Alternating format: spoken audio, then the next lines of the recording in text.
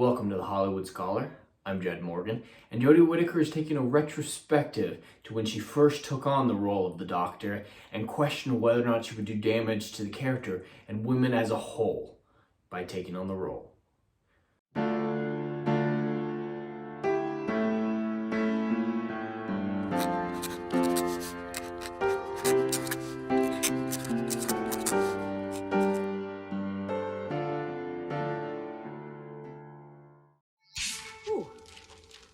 She'll be fine.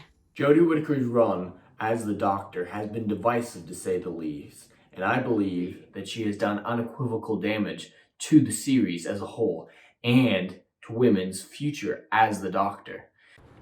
No shit, Sherlock. Now, when it was first announced that there was going to be a female Doctor, I was one of the few people who was open to the idea, just coming off of the high of Michelle Gomez's stunning performance as the Master in Peter Capaldi's run. I figured if the Master can be so well transitioned into a female actress, that there's potential for the Doctor to be as well. So I was open to the possibility, worried about current day politics in media that might have influenced it, and that worry blossomed with just those first few episodes, Rosa in particular, that it was always going to be political. It was never going to be another choice. And that's all this role was ever going to be to her and Chris Chibnall, is a vehicle and a platform to push their political agendas, erasing all possibility of the fans accepting any female in the role in future. So her fear indeed came to pass, though she'll never admit it. Now, this small concession by her, by even mentioning this initial fear, is something. Doesn't mean it's going to get any better. No, in no way, shape, or form.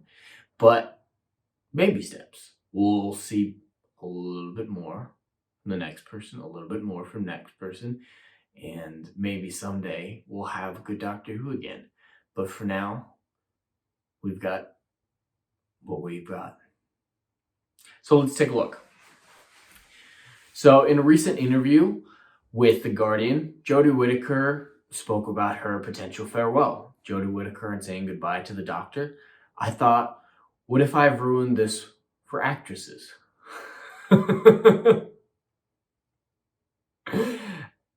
Yeah, no, she definitely did. That's what you're going with? Yep. Got any cash? Empty pockets.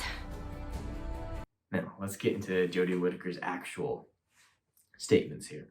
A lot of meaningless questions. Ooh, secret video. Ooh, I love it. Oh, it was really hard. I don't know. I want more. Yes, they're shipping. Of course, they're shipping. So the interviewer is asking, is that a lot of pressure? And Jodie Whittaker's response, the most heightened point of pressure for me was at Madison Square Gardens in September 2018 at New York Comic Con. The very first episode was being shown live in front of a massive audience. And I went and sat next to my husband, and I'd absolutely gone. What the fuck? I'd absolutely gone? I'm not sure what that's about. I just thought, there's this crowd of Whovians that are really excited and full of love and support. And I was like, what if I have pitched this so badly wrong? What if I ruined it for actresses? Because I know full well that when lads were cast in the part, they weren't representing men. They were representing their own personal cast. They still had to do a fucking good job, though. And, oh, I don't even want. The way it was described in every outlet was not, can Jodie Whittaker play the part? It was, it's a woman! I suddenly thought, have I hindered us? Have I held us back? Because we'd filmed the first series and I'd loved it. I really felt confident all the way. Then there was at that moment where you go, oh God. No bras on the tires. I like that. But it's the fact that she came at it from that direction of, have I failed women? That showed her fundamental approach to this character. It was never about Am I going to do this right? Am I going to do a good job? It's like, feminism. And if you approach a role or a series or a story like that, it's always going to be driven by that political agenda. And this is the most human moment she's ever displayed, is a moment of doubt. Even if it was portrayed poorly, she had a moment of doubt. And it's a lot more emotion and a lot more character that she's shown in a 10-second interview or clip than she did in 3 whole seasons of television. Now, is this small confession going to make a difference? Is it going to make Chris Chibnall in the specials coming up this next year rewrite The Timeless Children, erase it from existence, and apologize? No. Will it lead to that? I doubt it. But if she felt comfortable saying this, the next person may say a little bit more, and eventually, by the time Russell T Davies comes in, it may be at least partially acceptable to say that The Timeless Children is shit. And he'll be able to say that publicly. It'll be close enough. And, who knows? Jodie Whittaker probably doesn't believe she actually failed. But the fact that she questioned and brought it back up, she probably thinks she did a phenomenal job, even though the ratings are at an all-time low. They're awful. And if that, nothing else, shows that you failed in the role, is your bleeding viewership.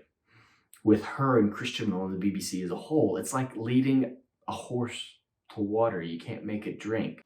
Colder.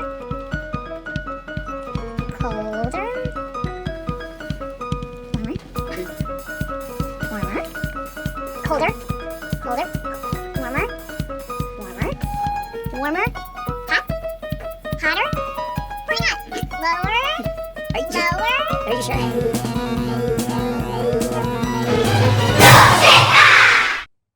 They're infantiles focusing on, it's a woman, oh, you bad, you evil.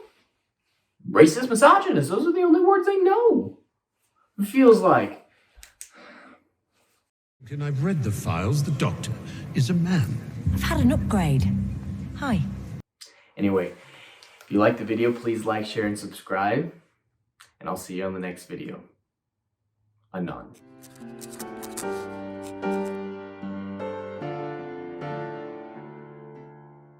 If you like what I do here, I want to see good, compelling stories that Hollywood will no longer give you. Check out my book series, Odyssey of a Phoenix, a mythological epic driven by philosophy, morality, and modern-day mental illness issues. Book 1, Down in Flames, and Book 2, Apocalypse Then, currently on sale. Book 3, Kill the Dark, coming soon.